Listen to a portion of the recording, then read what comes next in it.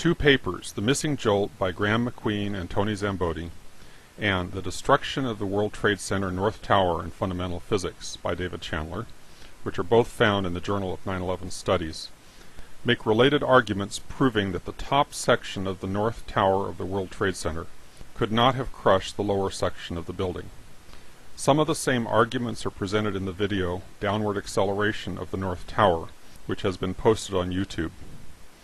The conclusion of the Chandler paper is that since the top section of the building undergoes constant downward acceleration as it encounters the lower section of the building, the force it exerts on the lower section of the building must be less than its own weight, so it cannot possibly be crushing the lower section of the building. The conclusion of the Zamboti-McQueen paper is essentially the other side of the same coin. In order to crush the lower section of the building, the top section would have to actually impact the lower section, and in so doing it would experience a jolt which is not observed. When you hit a nail with a hammer, the impact drives the nail into the wood, but it also slows the hammerhead. In the case of the North Tower, this did not happen.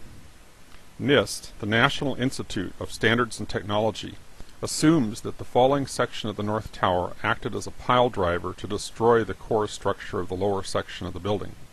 However, the observation that the top section accelerated constantly downward contradicts this claim.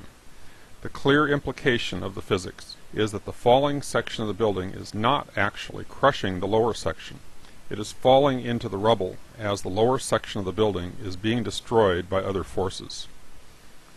To check whether this analysis is correct, let's do the same measurements for a known demolition.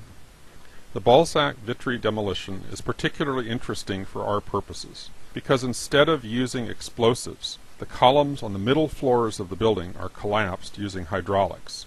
The only destructive force thereafter is the impact of the upper section on the lower section of the building.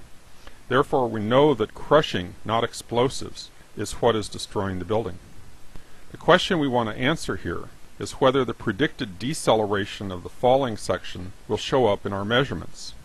To make the measurements, I'm using the program Tracker and placing marks on the roofline of the building at 0.2 second intervals to track its motion.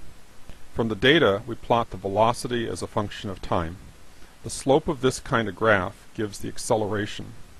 Deceleration means the downward velocity would be reduced, so the slope would have to turn around and actually rise left to right. If we look at the graph of velocity versus time, there is a downward slope at first. During this interval, the top section accelerates downward until the two sections collide. We can tell there is some resistance, because the downward acceleration is less than the acceleration of gravity. As the contact begins, the slope becomes less steep. However, when the two sections of the building fully engage, the slope of the graph turns around and actually rises, indicating that the downward velocity is decreasing. This is clear deceleration, just as we predicted. The graph of the Balzac-Vitry demolition is what one would also expect to see in the case of the North Tower of the World Trade Center, had the falling section been responsible for crushing the lower section of the building. The fact that the downward velocity continually increases tells us that the destruction we see is not due to crushing. Something other than gravitational collapse had to be at work to destroy the building. The Balzac-Vitry demolition illustrates another important conclusion. The impact destroys both sections of the building at the same time, which is why the demolition team initiated the process in the middle. This two-way destruction is a clear consequence of Newton's third law, which says that as bodies interact, the forces act equally in both directions. Had the top 12 floors of the North Tower actually crushed the lower section of the building, the falling block would have been destroyed by the same forces and at the same rate as the lower section, or even faster since the building was built progressively stronger at lower levels. At most, the top 12 floors might have destroyed an additional 12 floors, but the top section would have been consumed in the process, leaving nothing to crush the rest of the building.